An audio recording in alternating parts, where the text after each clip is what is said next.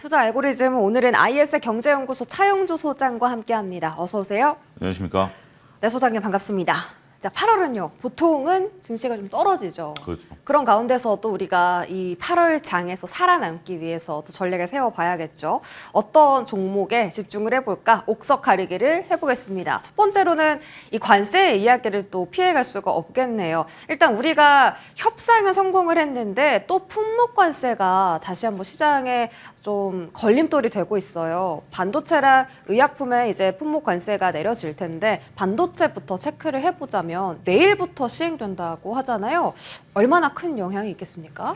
근데 이제 반도체에 대한 이제 관세 부과를 하는 부분들에 있어서는 전체적으로 저는 그렇게 크지는 않을 것이다라고 봐요. 왜냐하면 반도체는 우리가 뭐 아쉽게 파는 것보다는 사가는 쪽이 아쉬워서 좀 사가는 부분들 아니겠습니까? 물론 이제 그러한 영향이 없다라고 보기는 어렵긴 하겠습니다만 전체적으로 봤을 때 구체적으로 얼마의 수치가 언제 시작되는지, 그러니까 이제 어느 정도의 수치가 시작되느냐에 대한 부분들은 일단 얘기가 지금 진행되는 것은 아니기 때문에 네. 더군다나 우리가 만약에 TSMC, SK하이닉스, 삼성전자 이 세 군데에서 관세 부과를 해서 미국이 사가게 된다라면 의약품과 마찬가지로 스스로에게 발목을 잡는 저는 부분들이다라고 봐요. 지금 의약품 같은 경우도 뒤에 가서 언급을 좀 드릴 수 있긴 하겠습니다만 전체적으로 관세 부과를 한다라고 그러니까 미국 내에서 반발이 어마어마하게 나타나고 있는 거 아니겠습니까? 스스로 구체적인 수치까지 나오면서 이것은 뭐 어떻게 보면 뭐 속된 말로 이제 잡벅이다 뭐 이런 얘기를 우리가 할 수 있는 이제 그런 부분들이다라고 말씀드릴 수가 있겠는데. 일단 지금 이제 심정적으로 빠지는 것 같아요. 더군다나 이제 오늘 이제 반도체 주가가 빠지는 것들은 외국인들의 매도세가 좀 나타나는 부분들, 일부 좀 보이고 있는 부분들이긴 하지만 저는 이 부분에 대해서는 그렇게 현실적으로 우리 이제 주가라든지 아니면 또 관세 부과를 오랫동안 끌고 가는 부분들은 쉽지는 않을 것이다.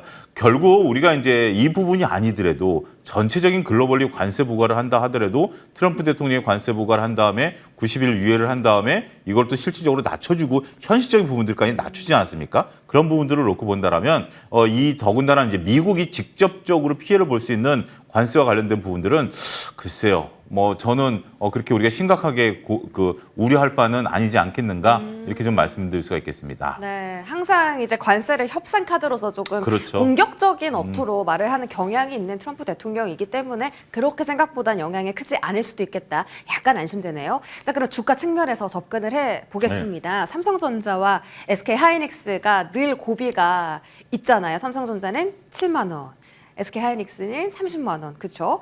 삼성전자는 이제 오늘 단독 보도로 HBM4의 생산을 시작했다라는 소식이 전해지긴 했는데요.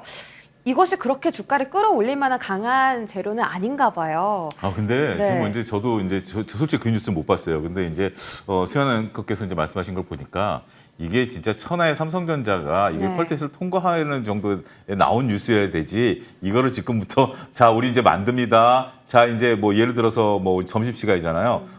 제가 이제 콩국수를 먹고 왔는데 자 이제 밀가루 반죽합니다. 자 이제 콩 갑니다. 지금 이제 이런 얘기를 하고 있는 거잖아요. 만들어서 정말 이제 그 고객들한테 했을 때 입맛에 맞습니다라는 거 최종적으로 발표해야 되는데 지금 밀가루 반죽하고 있다는 얘기를 하고 있는 거잖아요. 어찌 됐든 지금 이제 삼성전자가 요구하는 것은 그게 아니라 정말로 먹어봤을 때 맛이 좋은 콩국수를 만들어내는 그런 부분들이 돼야 된다라고 말씀드릴 수가 있겠습니다.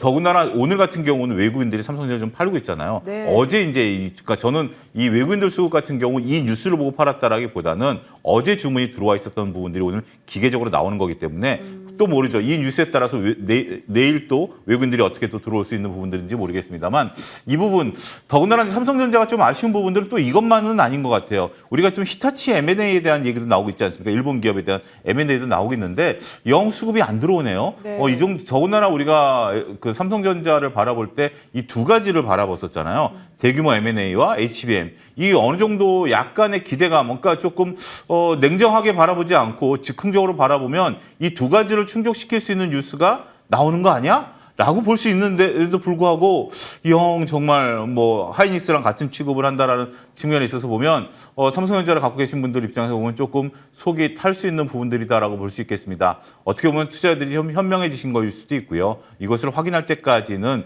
그동안은 워낙 많이 정말 양치기 소년처럼 우리가 우여곡절을 겪어왔었기 때문에 지켜보자라는 심정일 수도 있겠다라는 것들입니다. 어찌됐든 지금 이제 삼성전자나 SK하이닉스 입장에서 보면 외국인들의 수급만 좀 들어와주고 네. 더군다나 삼성전자가 자꾸 이렇게 군부를 때우다 보면 뭔가 하나 큰 건이 또 나타날 가능성도 있기 때문에 지금 이제 우리가 지금 이제 자막에 나오는 게 7만 전자, 30만 닉스 시간이 얼마나 걸릴까? 이게 이제 우리가 이제 기대감 관건 아니겠습니까?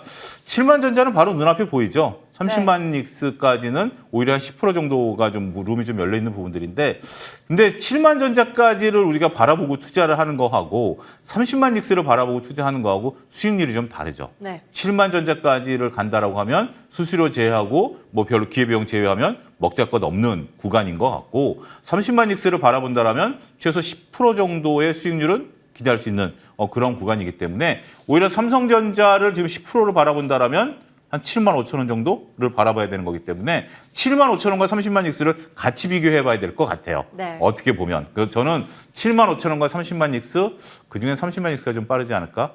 좀 그렇게. 그러니까 7만 전자와 30만 닉스가 아니라 7만 5천 원과 30만 닉스를 볼 때는 30만 닉스가 좀 빠르지 않을까? 저는 그렇게 좀 말씀드릴 수 있겠습니다. SK하이닉스가 조금 더 삼성전자보다는 빠르게 주가 상승을 해낼 수 있을 것 같다라는 네. 조언이시고 반도체 지금 관세뿐만이 아니라 의약품 관세도 말이 많아요. 예, 많습니다. 근데 이것도 250%도 뭐 당장 부과한다는 건 아니고 처음에 뭐 좀 했다가 150 올렸다가 향후에는 250이다라는 그렇죠. 또 이제 트럼프의 말장난일 수도 있거든요. 제약바이오는 지금 금리 인하 기대감 때문에 분위기 좋았는데 맞습니다. 이거 좀 찬물 아닌가요? 어제만 하더라도 금리 인하 기대감으로 정말 더군다나 일부 기업들의 호실적까지 나오면서 맞아요. 정말 어제는 기대감 좋은 하루였었습니다만 갑자기 정말 찬물을 끼얹었다는 표현이 맞을 것 같아요. 확 정말 식어버린 또 그 어제 이제 불을 뿜었던 대장주가 오늘 확 식어버린 이런 모습이기 때문에 그 표현이 적절하지 않나 싶습니다. 250% 하게 되면 오늘 아침에 나온 발빠른 보고서를 보면 미국의 이제 소비자들이 부담해야 되는 게 대략 한 508억 달러 정도 추가적으로 부담해야 된다라는 보고서가 있어요. 그렇기 때문에 미국의 각종 단체들이 이제 반발을 하고 있다라는 부분들이 있죠. 근데 어찌됐든 이 부분에 이제 말씀하신 것처럼 협상 카드로서 활용할 수 있는 부분들이 있긴 하겠습니다만 우리나라 CDMO 업체들에게는 아무래도 좀 타격이 있을 수밖에 없겠죠.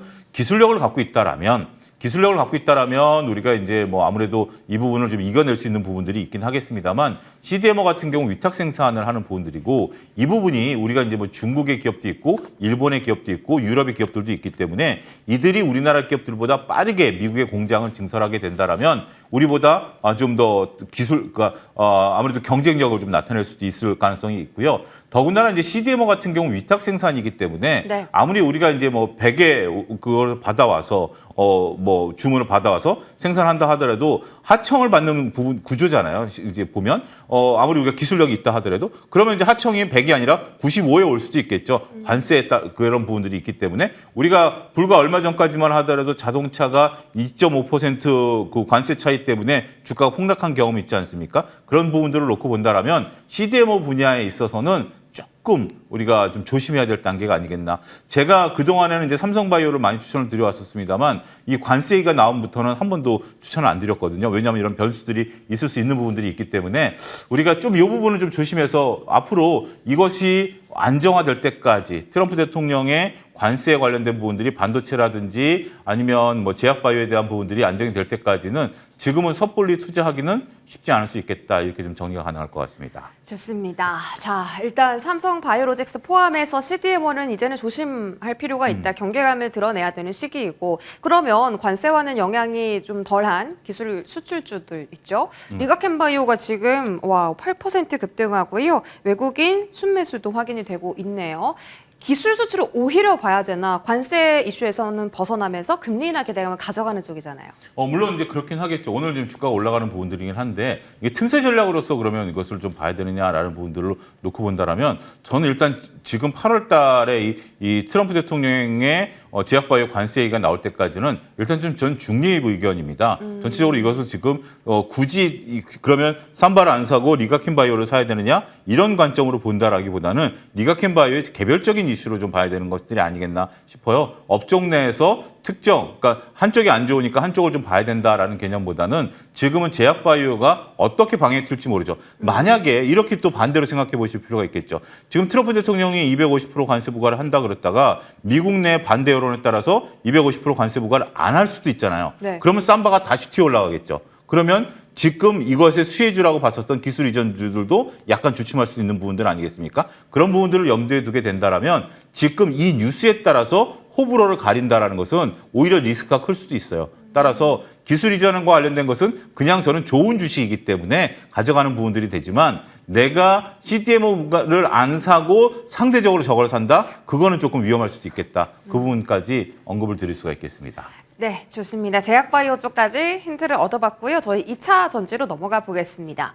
질주를 계속해 나가고 있습니다. 2차 예. 전지 쪽은요. 지금 사실 가장 큰 메리트가 가격이 싸다였는데 맞습니다. 이미 또 LG엔솔 같은 경우는 바닥에서 많이 올라오기도 했고요.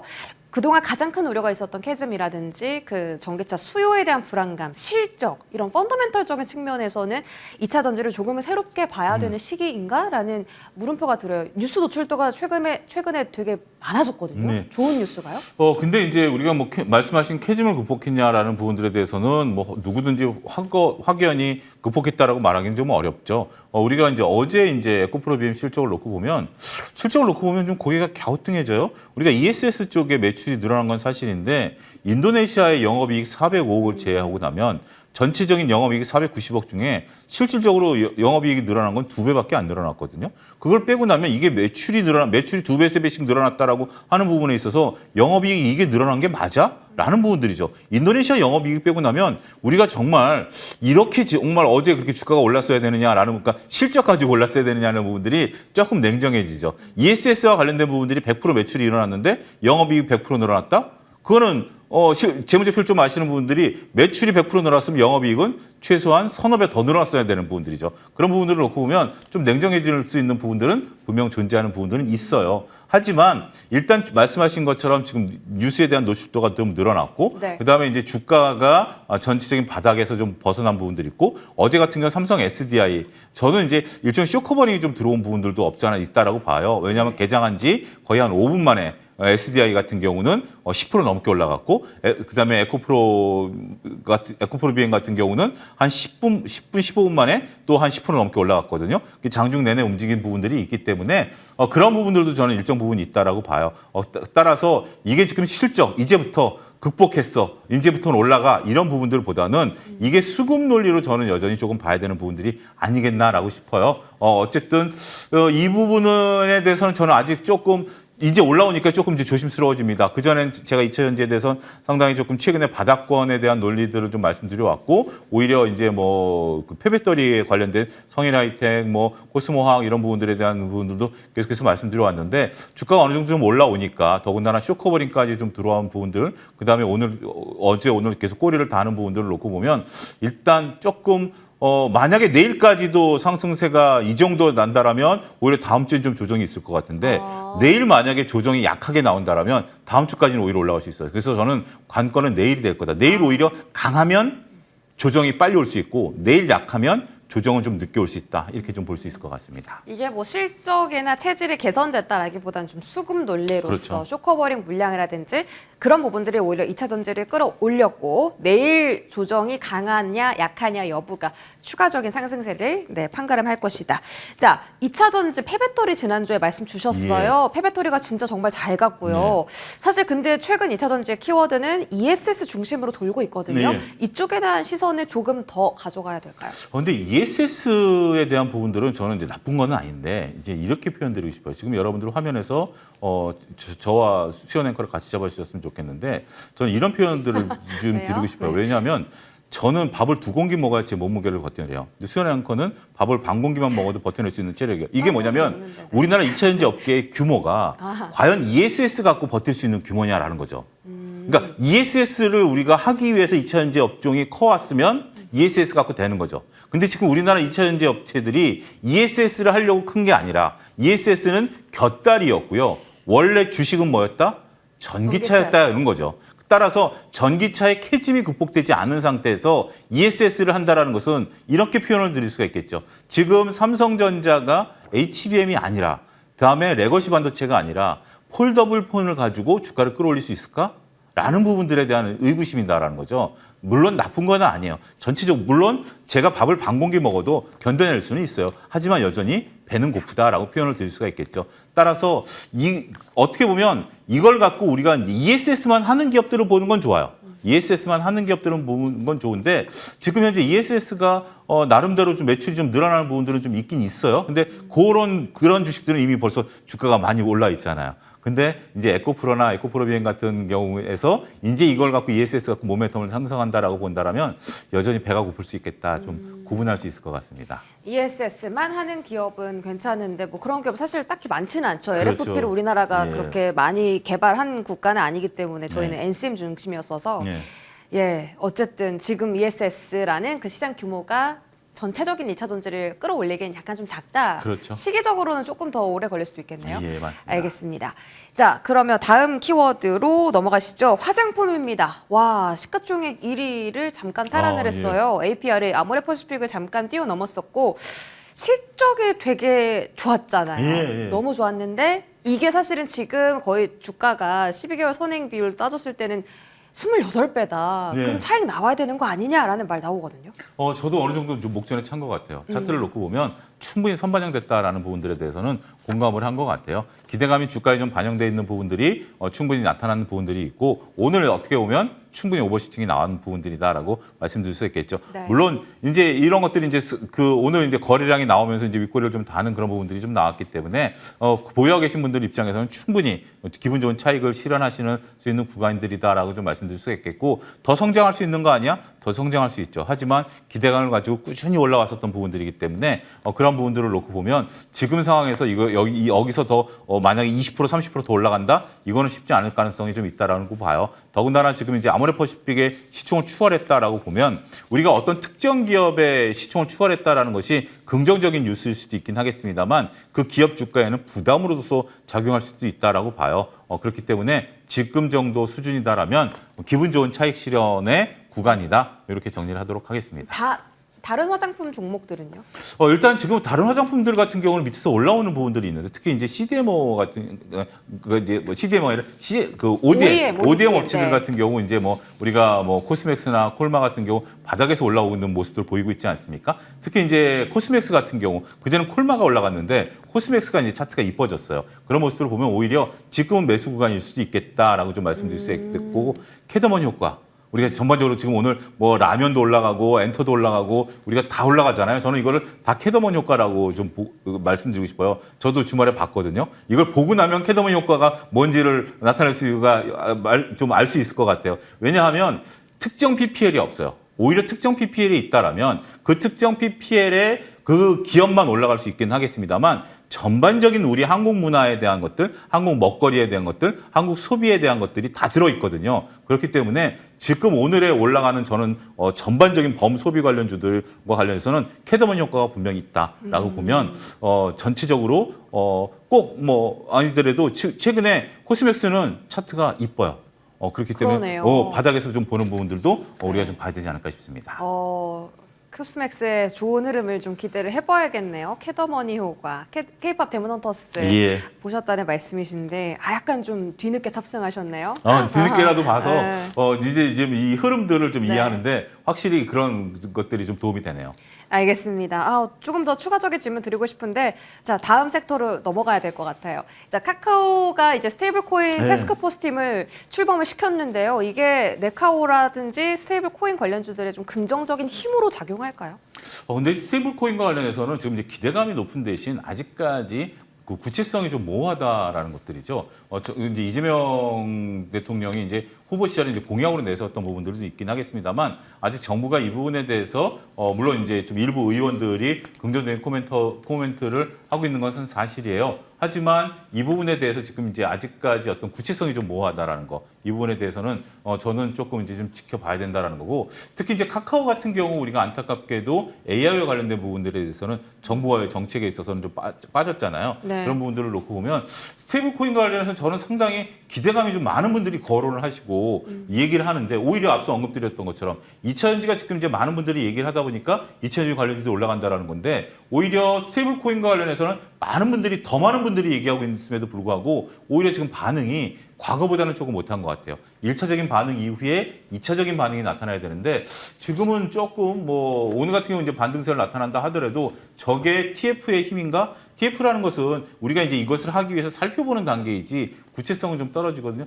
모르겠습니다. 제가 이제 좀 이 부분에 대해서 조금 모호성에 대해서 선을 좀 긋고 있기 때문에 제가 긍정적으로 말씀을 좀 못 드리는 부분들도 있긴 하겠습니다만 왜냐하면 구체성이 없기 때문에 제가 말씀을 좀 못 드리는 거예요. 근데 앞으로 기대감이 있습니다. 스테이블코인 됩니다라고 얘기를 하시는 분들도 있긴 하는데 그 부분에 대해서는 저는 조금 아직은 확연하게 말씀드리긴 곤란하다 이렇게 정리하겠습니다. 그러면 네이버, 카카오 전부 다 지금은 예, 아닌 지금은 걸로. 조금 조심스럽습니다. 역시나 강경파시네요. 알겠습니다. 여기까지 정리해보고요. IS 경제연구소 차영조 소장과 함께했습니다. 고맙습니다. 감사합니다.